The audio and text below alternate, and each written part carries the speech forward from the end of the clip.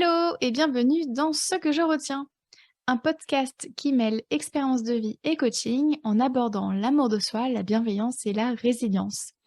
Je m'appelle Camille et je suis coach de vie certifiée. C'est parti!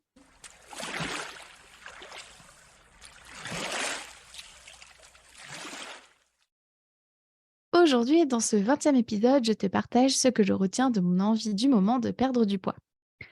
Dans l'épisode 3 de ce podcast, je te parlais de la fois où j'ai pris conscience que j'étais en obésité morbide. Puis dans l'épisode 4, je te parlais de ma perte de poids. Et aujourd'hui, j'ai envie de te parler justement du joyeux bordel que je vis actuellement dans ma tête à propos de mon poids. En fait, ça fait quelques semaines que je me dis que ce serait vachement mieux si je perdais du poids. Je me dis que lorsque je vivrai en France, petite parenthèse, j'ai prévu de rentrer vivre en France. Donc voilà, je me dis que quand je rentrerai vivre en France, en fait, ce sera plus facile d'être plus mince que maintenant, car en France, les tailles de vêtements sont plus petites et surtout, il y a moins de tailles en magasin qu'en Irlande. Et du coup, petite parenthèse, j'habite en Irlande et à titre de comparaison, on trouve ici des tailles allant du 6 au 22, qui sont donc l'équivalent des tailles 32 au 48 en taille européenne, ce qui correspond donc aux tailles 34 au 50 en taille française. Donc en gros, dans la plupart des magasins, en Irlande, on trouve du 34 et du 50. Tu te poses pas trop de questions, c'est hyper facile à trouver. Enfin, c'est la je vais pas dire tous les magasins, mais la quasi-totalité des magasins, tu trouves des tailles, françaises, du coup, correspondant du 34 au 50. Et je discutais des tailles de fringues avec une amie à moi qui est française et qui vit depuis plus de 10 ans en Irlande comme moi. Et elle me disait qu'en France, elle se sentait grosse. Et je lui disais qu'en fait, bah, en France, les tailles sont différentes des tailles irlandaises slash du UK et européennes. Et en fait, pour une taille européenne, en France, on te rajoute une taille. Donc là où moi, en Irlande, je fais du 12, ce qui correspond à une taille européenne de 42, en France, je fais une taille 44. Et du coup, quand mon ami et moi, on achète nos fringues en Irlande, sur l'étiquette, il y a la taille du vêtement qui est toujours marquée en taille UK, donc la taille du Royaume-Uni. Et il y a tout systématiquement la correspondance européenne. Donc c'est clair que quand nous, on achète en France, bah, souvent, on se sent grosse, quoi, parce qu'on achète une taille au-dessus. Et je sais que trouver un 44 ou un 46, bah, c'est pas facile en France, car dans la plupart des boutiques, bah, quand tu achètes du 44, c'est grave haut, en fait. Et enfin, voilà. Et du coup, c'est pour ça que c'est compliqué pour moi. Parce que là où en Irlande, dans n'importe quelle boutique, quasiment, tu trouves systématiquement des vêtements, du coup, allant jusqu'au 50 en taille française, bah, c'est enfin, franchement, c'est un luxe, hein. C'est absolument génial de ne pas avoir cette charge mentale de devoir chercher où s'habiller et cetera et cetera. Donc en fait, voilà la principale raison de mon envie de perdre du poids, c'est finalement de m'éviter de galérer à trouver des fringues quand je retournerai vivre en France, ce qui est donc prévu courant 2023. Mais il y a aussi une autre raison et c'est parce qu'en fait, ici, donc en Irlande, je ne me sens pas jugée par mon poids, alors que je sais qu'en France, c'est pas la même histoire. Je trouve la société irlandaise beaucoup plus inclusive des corps humains. Les Irlandais et les Irlandaises, globalement, s'assument. C'est aussi une société qui est beaucoup plus respectueuse d'autrui et en quasiment 11 ans, je me suis jamais faite harceler dans la rue. J'ai jamais été touchée sexuellement dans les transports publics. On ne m'a pas agressée dans la rue, on ne m'a jamais volé quoi que ce soit, même quand je dormais, dans les transports publics. C'est globalement une société qui respecte l'autre. Tu peux même laisser ton téléphone sur la table, personne ne va te le prendre. Ton sac à main à côté de toi dans le bus, on ne va pas te le prendre. Hem, Bien entendu, je généralise, hein, je dis pas que le harcèlement n'arrive jamais, ni même qu'il y a aucun vol sur cette île. Hem, mais j'en parlais même avec ma psy, la semaine dernière et parce que justement j'ai énormément d'insécurité à l'idée de rentrer vivre en France et encore plus à Paris. Mais ça, on pourrait en parler à un autre moment, dans un autre épisode. Mais du coup, globalement, elle était, choquée. Je pense que je peux dire qu'elle était choquée, en tout cas, très surprise, de voilà, de prendre connaissance des frotteurs dans le métro, du harcèlement de rue, enfin bref, du non-respect finalement ou du manque de respect qu'il peut y avoir en France. C'est quelque chose qu'elle n'avait jamais entendu parler et ouais, qu'elle connaissait pas en fait finalement. Même si, voilà, après on a pu, justement un petit peu, développer un petit peu plus sur la culture irlandaise, mais en tout cas, voilà, c'est pas quelque chose qu'elle connaît et globalement, donc là, depuis le début, je généralise sur la société irlandaise et je vais continuer de généraliser sur la France et sur Paris puisque c'est là que je compte emménager. Et du coup, selon mon expérience, donc on est bien d'accord, tout ça ne reflète absolument pas la vérité, hein, ce n'est que mon expérience à moi. Selon mon expérience en France, le harcèlement de rue est commun, les frotteurs existent, les vols à l'arraché sont communs. J'ai été harcelée dans la rue et dans les transports publics parisiens et d'Île-de-France pendant les 20 ans que j'y ai vécu sur place. Ça se produit aussi quand je rentre en France et ce, peu importe la région. Il y a tous ces regards insistants qui me déshabillent de la tête aux pieds en s'arrêtant bien, hein, sur ma poitrine. J'ai aussi été agressée sexuellement dans les transports parisiens à plusieurs reprises. Les gens qui ne s'asseyaient d'ailleurs plus à côté de moi parce que j'étais en surpoids ou en obésité, c'est un truc que j'ai jamais vécu en Irlande ou si je l'ai vécu, c'est anecdotique comparé à ce que j'ai pu vivre, en France. Et puis, il y a bien entendu toujours, ce petit, regard, réprobateur sur ce que je porte, et cetera, et cetera. Bref, je trouve la société française grossophobe et peu respectueuse finalement de l'être humain. Et clairement, bah, en perdant du poids, ça me permettrait de m'éviter tout ça, hein. Ça permettrait de passer, plus inaperçu et putain que ce serait génial, clairement. Donc comme tu le remarques, j'ai vraiment envie de perdre du poids pour me simplifier le quotidien quand je vivrai à Paris. Mais je suis aussi totalement contre l'idée de perdre du poids. Voilà, c'est dit. Pourquoi? Alors déjà, bienvenue dans mon cerveau, hein, j'ai un cerveau qui fonctionne très bien, je suis pleine de contradictions, c'est le cerveau humain et tu as aussi un cerveau avec plein de contradictions. Tu es donc humaine. Voilà, humaine ou humain. Mais du coup, pourquoi est-ce que je suis complètement, contre l'idée de perdre du poids? Eh bien, parce que je sais aussi que je me suis déjà fait agresser, peu importe la taille de mon corps. Je sais que les gens jugeront mon corps, peu importe, comment il est et que, bah, en fonction, peu importe ce que je porterai aussi, je me ferai juger. Je sais que je n'ai pas le pouvoir sur les pensées des gens. Je sais aussi qu'aujourd'hui, je n'ai pas besoin de plaire à des inconnus, mais uniquement à moi. Je sais que j'en ai absolument rien à péter de ce que les inconnus vont penser de moi. Je sais que je suis aimée et que par conséquent, si on ne s'assied pas à côté de moi, bah, j'ai pas à me sentir rejetée. Bien au contraire, ça me fera un trajet plus confortable. Hem, je sais aussi que je n'ai absolument pas envie de me prendre la tête avec la bouffe ou avec, quoi que ce soit qui est lié à mon corps. Enfin, non merci, je veux pas cette charge mentale. Je sais aussi que je n'achète, jamais de fringues ou très rarement et que si j'ai besoin d'en acheter, j'ai les ressources en moi pour trouver chaussures à mon pied. C'est-à-dire, j'ai la patience, hein, j'ai le temps devant moi pour trouver, chaussures à mon pied. Je sais aussi que forcer mon corps à se restreindre, bah, c'est mauvais pour lui et je sais aussi que l'autocritique est facultative, tout comme les pensées grossophobes à mon égard. En bref, ce qui compte, le plus pour moi, c'est de me simplifier la vie au quotidien. Et une des manières de se faire, ça va être, finalement de perdre du poids et une autre, ça va être de m'organiser autrement. Donc certes, perdre du poids, ça me simplifierait le quotidien sur certains points, mais ça me compliquerait dans d'autres. Attendez 2 secondes, je tousse. Voilà qui va mieux et donc le fait de vouloir, perdre du poids, ça me rajouterait finalement de la charge mentale et surtout ça me prendrait, la tête H24 et moi j'ai pas envie de me torturer mentalement. Pas plus que de torturer mon corps d'ailleurs et pour moi, tous ces inconforts sont tellement plus inconfortables que de trouver une autre manière de m'organiser pour me simplifier la vie, hein et c'est clairement le choix que j'ai fait, donc je dis pas que c'est le choix que tu dois faire non plus, mais c'est mon choix. Et du coup, ce que je retiens de mon envie de perdre du poids, c'est que le poids, eh bien, finalement, c'est culturel. C'est-à-dire qu'en fonction de la perception du corps, une société sera plus ou moins grossophobe. D'ailleurs, la semaine dernière, je postais un sondage sur Instagram à propos de la perte de poids et voilà les résultats. J'avais posé la question suivante, pourquoi veux-tu perdre du poids? 45% des votants ont répondu qu'elles souhaitaient perdre du poids pour pouvoir être belles, 36% pour pouvoir s'habiller comme elles souhaitaient et 19% ont répondu pour avoir un IMC normal.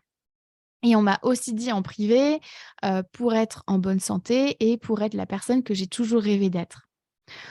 Enfin, une personne m'a également dit qu'elle souhaitait prendre du poids pour pouvoir s'habiller comme elle voulait et pouvoir être belle. Donc tout d'abord, si tu souhaites changer du poids, si tu souhaites changer de poids, sache que tu n'es pas seule, hein. Bienvenue au club. C'est hyper réconfortant de le savoir quand même, hein. Tu n'as pas un problème. On est beaucoup, de personnes sur terre à vouloir changer de poids. Et du coup, qu'est-ce que toutes ces réponses nous disent? Eh bien, finalement, qu'il y a l'aspect santé, l'aspect pratique et l'aspect beauté, du poids. Donc, dans un premier temps, je vais aborder l'aspect santé du poids. Donc, la croyance commune est la suivante. Si on a un IMC normal, alors on est en bonne santé. Et du coup, l'IMC, c'est quoi? Il s'agit de l'indice de masse corporelle. C'est donc une formule qui reprend le poids, qu'on divise le poids d'une personne, qu'on divise par sa taille au carré. Et le poids, c'est quoi? C'est finalement la masse grasse plus la masse maigre. Donc la masse maigre qui correspond, pardon, j'arrive. Donc le poids, c'est quoi? C'est la masse grasse plus la masse maigre. La masse grasse, c'est quoi? C'est le gras qu'on a dans le corps. Et la masse maigre, c'est quoi? C'est les os, les muscles, etc. Du coup, qu'est-ce que c'est que le problème de l'IMC? Eh bien, aujourd'hui, les études scientifiques montrent que l'IMC ne reflète pas l'état de santé d'une personne à un instant T. En effet, l'IMC ne distingue pas le gras des os, des muscles, etc. Ce qui veut dire que Teddy Riner, le champion du monde de judo, est techniquement en obésité selon son IMC. Bah ouais, malgré le fait qu'il n'est que très peu gras, hein, qu'il a peu de gras, il est quand même catégorisé comme obèse. Et c'est là qu'on voit que l'IMC finalement ne fait pas sens. Et il y a Viviane Lalande, une doctorante française, qui est aussi vulgarisatrice scientifique, pardon, qui a justement vulgarisé la recherche autour de l'IMC. Et je te mets sa vidéo, son lien de sa vidéo sourcée dans les notes de cet épisode, si tu veux en savoir plus. Mais globalement, les scientifiques remettent en cause actuellement l'IMC. Du coup, qu'est-ce qui influe sur le poids? Bon, il y a les hormones, hein, le niveau de stress, le sommeil, le niveau d'activité physique, la rétention d'eau, la constipation. Bref, le poids s'explique par plusieurs facteurs. Donc, si je résume, notre IMC ne reflète pas nécessairement notre état de santé. Ensuite, dans un second temps, je vais aborder l'aspect pratique, finalement, du poids. Donc, pour ce faire, je vais déjà t'expliquer ce qu'est la discrimination. Alors, la discrimination, c'est quoi selon deux dictionnaires? Donc, le Robert définit la discrimination comme étant le fait de séparer un groupe humain des autres en le traitant plus mal. Et le Larousse définit la discrimination comme étant le fait de distinguer et de traiter différemment, le plus souvent plus mal, quelqu'un ou un groupe par rapport au reste de la collectivité ou par rapport à une autre personne. Donc, parce que j'ai bien fait mon taf, je trouve, j'ai été voir ce que disait le gouvernement français quant aux discriminations. Donc, je connais la position du gouvernement irlandais parce que j'ai fait suffisamment d'études de loi et d'études sociales d'ailleurs, et de sociologie concernant la discrimination, mais je me suis dit que c'était quand même plus parlant de le faire au niveau de la France, sachant que je suis bien consciente qu'il y a aussi les Québécois, Québécoises qui m'écoutent, l'Algérie, vous m'écoutez aussi pas mal là-bas, la Belgique et la Suisse notamment. Mais je me base sur la France parce que la majorité des personnes qui écoutent mon podcast est en France, mais c'est vraiment juste pour l'anecdote. Par exemple, en France, le code pénal définit une liste de critères qui entrent dans la constitution d'une discrimination. Encore une fois, il y a les notes dans le podcast, la source. Donc, constitue une discrimination, toute distinction opérée entre les personnes physiques sur les critères suivants. Donc, il y a l'origine, le sexe, la situation de famille, leur grossesse, l'apparence physique, la situation économique, le patronyme, le lieu de résidence, l'état de santé, la perte d'autonomie, le handicap, les caractéristiques génétiques, les mœurs, l'orientation sexuelle, l'identité de genre, l'âge, les opinions politiques, les activités syndicales, la capacité à s'exprimer dans une langue autre que le français, l'appartenance ou leur non-appartenance, qu'elle soit vraie ou supposée à une ethnie, une nation, une prétendue race ou une religion déterminée. Heu, donc s'il y a discrimination sur l'un de ces, critères-là, il y a, conséquences pénales, hein, clairement. Donc ça, c'est vraiment pour expliquer que la discrimination, c'est un no-go dans la société, OK? Alors, encore une fois, j'ai pas été vérifier tous les pays du monde, mais globalement, les discriminations sont connues et c'est punissable, d'un point de vue juridique. Et donc, dans les discriminations, bien connues liées à l'apparence physique, il y a notamment la grossophobie. Donc, qu'est-ce que la grossophobie? Encore une fois, voici 2 définitions qui sont respectivement issues du Robert et du Larousse. Donc, la grossophobie, c'est quoi? C'est une attitude de discrimination envers les personnes obèses ou en surpoids et aussi donc la définition du Larousse, une attitude hostile, moqueuse et ou méprisante, voire discriminatoire envers les personnes obèses ou en surpoids. Et puis, en fait, moi, ce que j'ai vraiment envie d'apporter, à travers ce podcast, enfin cet épisode, c'est pas juste de parler de la grossophobie, mais c'est de parler du poids en général et c'est ce que j'ai l'impression d'avoir, travaillé, depuis le début de cet épisode. Mais il y a une autre forme de discrimination qui n'est pas juste orientée vers la grossophobie, donc c'est-à-dire vers les personnes qui sont, obèses ou en surpoids, mais il y a ce qu'on appelle la discrimination par la taille. Autrement dit, en anglais, il y a un terme qui a été trouvé pour ça et je trouve ça trop bien qu'il y ait un vrai terme qui soit clair et net. Ouh, ça m'a fait sourire, j'ai pensé à clarinette, bref. Donc il y a un terme, qui, vient, regrouper, heu, ce que ça veut dire que la discrimination par la taille, donc c'est le terme de sizeism et ça veut dire quoi en fait? Ça veut dire que la discrimination par la taille, ça regroupe, les discriminations portant sur l'extrême grandeur, petitesse, minceur ou grosseur d'une personne. Et ça, j'ai été, je savais que ça existait, mais je ne savais pas qu'il y avait un terme pour ça, donc que ce soit en anglais ou en français, donc discrimination par la taille et je trouve ça, très bien finalement qu'il y ait un terme. Et du coup, la discrimination par la taille se retrouve dans notre quotidien, hein. Je n'ai pas fait une liste, exhaustive, mais globalement, ça se trouve où? Dans la largeur des sièges ou des chaises, dans les restaurants, les avions, les transports publics, le cinéma, tout ça. Le choix des tailles de vêtements vendus en magasin, l'accueil dans les structures de santé, l'accès à la contraception, et cetera. Cette discrimination par la taille se transmet dans notre société aussi à travers les films et les séries, les chansons, et cetera.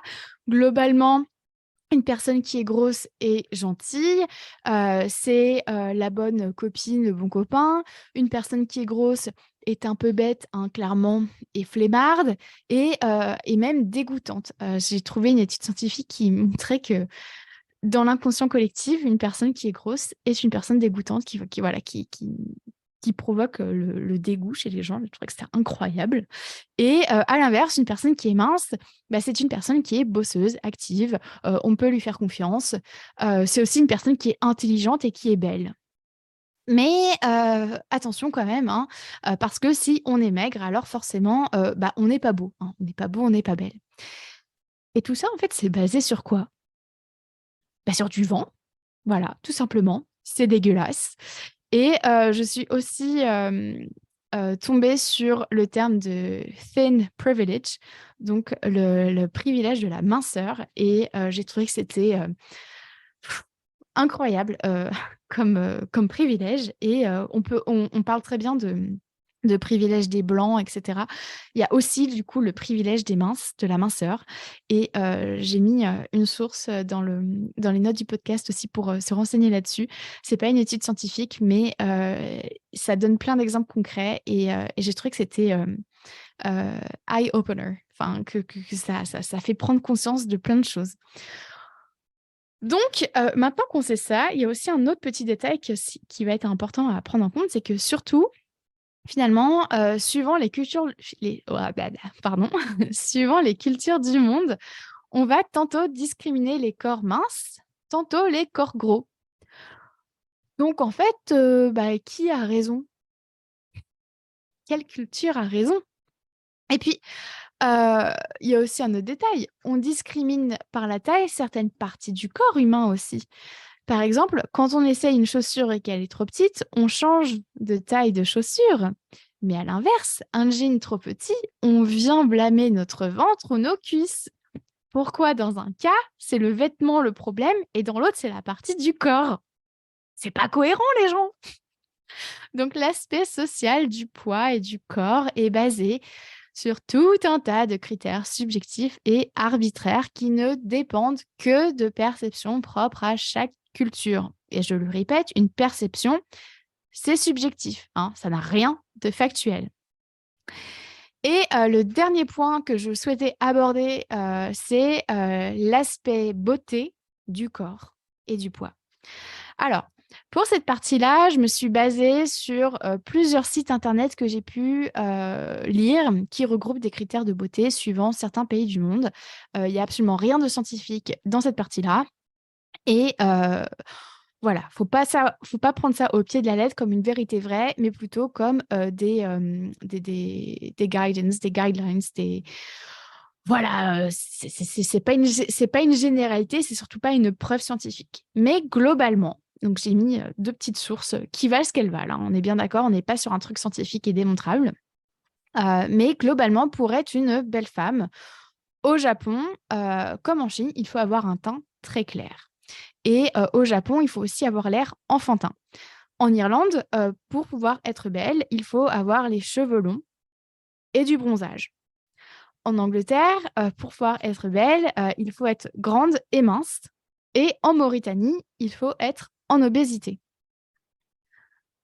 Du coup, on pourrait rentrer sur le pourquoi du comment, mais globalement, en Mauritanie, ça montre que tu es riche, que tu as les moyens de te nourrir. Donc, rien que ça, déjà, on se rend compte qu'avec ces 4 petits exemples, on se rend compte qu'il n'y a rien qui va, en fait. Du coup, c'est quoi la beauté, bordel, là? C'est quoi? Donc, là, moi, je trouve ça incroyable. Le beau dépend donc de préférences culturelles et temporelles. Ben oui, en fait, regardons l'évolution de la mode. En Occident, ce qui est beau dans les années 1950, c'est d'avoir, alors je parle pour les femmes, une taille cintrée et un soutien-gorge pointu. Dans les années 60, une belle femme porte une coupe droite qui ne marque pas la taille ni la poitrine. Et dans les années 70, une belle femme ne porte plus de mini-jupe, mais une jupe très longue qui touche le sol.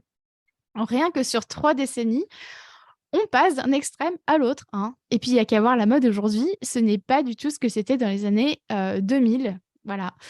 Donc, si j'amène ça dans cet épisode, c'est vraiment pour te montrer que ce qui est beau aujourd'hui sera moche demain, tout comme ce qui est beau hier, ce qui était beau hier est moche aujourd'hui. La mode évolue, les critères de beauté évoluent également. Et enfin, je veux dire, on se souvient des mouches sur la tronche que les femmes devaient porter et les hommes aussi à l'époque de Louis XIV. On en est bien loin aujourd'hui. Du coup, on fait quoi maintenant qu'on sait que la beauté est subjective, que l'IMC ne suffit pas à déterminer l'état de santé d'une personne et que chaque société discrimine certaines tailles? Déjà, on se lâche la grappe. Quand je dis ça, je veux dire que ça ne sert à rien de t'en mettre plein la gueule parce que tu veux perdre du poids, d'accord? Tu vis à une époque où la grossophobie domine et puis aussi parce que vouloir perdre du poids, ça veut dire remplir ton besoin d'appartenance, d'estime, de valorisation et de réussite. Et je sais, ça fait chier, mais en attendant, c'est comme ça en fait. Mais pour t'aider à y voir plus clair, voici quelques pistes de réflexion. Que penses-tu de ton poids? Que représente le poids pour toi? Que t'empêches-tu de faire à cause de ton poids? Pourquoi et qu'en penses-tu? Que ferais-tu si tu avais ton poids idéal? Pourquoi? Qu'en penses-tu? Pour qui veux-tu changer de poids? Pourquoi et qu'en penses-tu? Quel besoin cherches-tu à combler en voulant changer de poids? Pourquoi? Qu'en penses-tu? Je te renvoie également à l'épisode 13 du podcast qui était sur les besoins et comment peux-tu combler ces besoins en restant à ton poids actuel? Et enfin, je t'invite, à aussi utiliser l'outil gagnant-perdant. C'est-à-dire que, tu fais, un tableau avec, 3 colonnes. La colonne de gauche, tu marques avantage, la colonne, la colonne de gauche, sur la deuxième ligne, tu marques gagnant, enfin, en gros, avantage. La colonne la ligne du dessous, tu marques inconvénient et ensuite sur ta deuxième colonne, tout en haut, tu marques, changer de poids, donc que ce soit, maigrir ou grossir suivant ce que toi tu as envie et la dernière colonne, sur la première ligne, tu marques, garder mon poids. Et du coup, la question à te poser, c'est: quels sont les avantages à changer de poids? Et là, tu mets ça dans la colonne, heu, 2 et la ligne 2. Donc voilà. Quels sont les avantages à changer de poids? Quels sont les inconvénients à changer de poids? Et ensuite, tu passes à la dernière colonne. Quels sont les avantages à garder ton poids actuel et quels sont les inconvénients à garder ton poids actuel? Note tout de même que ton poids n'a pas besoin de changer pour te sentir mieux dans tes fringues, ni être belle, ou même être à l'aise dans ton corps. Tu peux d'ores et déjà, porter des vêtements qui te plaisent. Tu peux d'ores et déjà, reporter des vêtements de ta penderie qui ne te vont plus, hein. Tu peux les faire retoucher, par exemple. Tu peux, apprendre à te trouver belle, car après tout, troquer, une pensée dénigrante pour une pensée douce, bah, ça fait la différence, hein. Tu peux, d'ores et déjà apprendre à te sentir bien dans ton corps. Pardon, il faut encore que je tousse. Voilà qui va mieux. Donc tu peux d'ores et déjà, apprendre à te trouver belle, car après tout, troquer une pensée dénigrante pour une pensée douce, bah, ça fait la différence et tu peux d'ores et déjà apprendre à te sentir bien dans ton corps. Pour ce faire, je t'invite à faire un scan corporel. Donc mets-toi, au calme, je t'invite à le faire, allongé en fermant les yeux. Tu peux être habillé, tu peux être nu, tu peux être en sous-vêtements, peu importe et à visualiser chaque partie de ton corps et à trouver une gratitude pour ton corps. Par exemple, pendant des années, j'aimais pas mes orteils, je les trouvais pas beaux et bien, j'ai été voir pourquoi est-ce que j'avais de la gratitude pour eux. Et la gratitude, bah, elle peut passer par, en tout cas, le côté physique, en fait. Vraiment à quoi ça sert, le côté utile. Donc moi, j'ai de la gratitude pour mes orteils. Aujourd'hui, je les trouve ni beaux ni moches, ni beaux ni pardon, ni moches. Pour moi, c'est juste utile, en fait. Ça me permet de me tenir debout, quoi. Et rien que pour ça, je suis trop contente d'avoir ces orteils-là et je les changerai pas. Donc voilà et je t'invite à le faire, pour chaque partie du corps. Hem Et puis, il y a aussi, le se réapproprier le corps, en fait. Hem, Tu vois, j'aurais envie de t'inviter à toucher ton corps, une partie de ton corps ou chaque partie de ton corps et à vraiment, faire connaissance avec ton corps. Parce qu'on se dit que, ouais, on a un gros ventre ou autre, mais en fait, il est pas gros, il est comment mon ventre? Tu vois? Hem, Quand je le touche, il est réellement comment? Parce qu'on se fait une image, mais c'est pas toujours la vérité. Du coup, j'aurais envie de t'inviter à te réapproprier ton corps. Il y a une autre question que tu peux te poser aussi, ça veut dire quoi te sentir bien dans ton corps? Hem Et enfin, une dernière question que j'aime beaucoup poser aussi, quand je fais, des webinaires, mais ça sert à quoi un corps? Est-ce qu'un corps, ça sert à être beau? Alors tu as le droit de le penser, absolument, bien entendu. Personnellement, je trouve qu'un corps, ça sert à vivre Et du coup, bon, bah, s'il correspond aux critères de beauté, bah, tant mieux, aux critères de beauté de la société et de l'époque dans laquelle je vis et compagnie. Oui, c'est bien, mais en fait, j'en ai rien à péter, hein. Moi, je veux juste vivre et être bien dans mon corps et pouvoir bouger et cetera. Donc ça, c'est que ma perception et du coup, comme d'hab, c'est faux et ça m'appartient et tu pas à penser comme moi. Mais du coup, je t'invite vraiment à te questionner. Ça sert à quoi un corps? Du coup, je vais m'arrêter là, hein, car sinon je pourrais encore creuser des heures sur la thématique. Mais si tu souhaites que je fasse un épisode 2 autour du poids, eh bien dis-moi-le. Pas du tout Camille. Heu, c'était let me know, dis-moi-le. Bref, donc dis-le-moi si tu veux que je fasse un épisode 2 autour du poids et si tu as des questions ou des remarques, tu peux me les donner sur Insta. Ce sera chouette qu'on échange à ce sujet-là. Du coup, je m'arrête ici et du coup, toi, bah, qu'est-ce que tu retiens de cet épisode?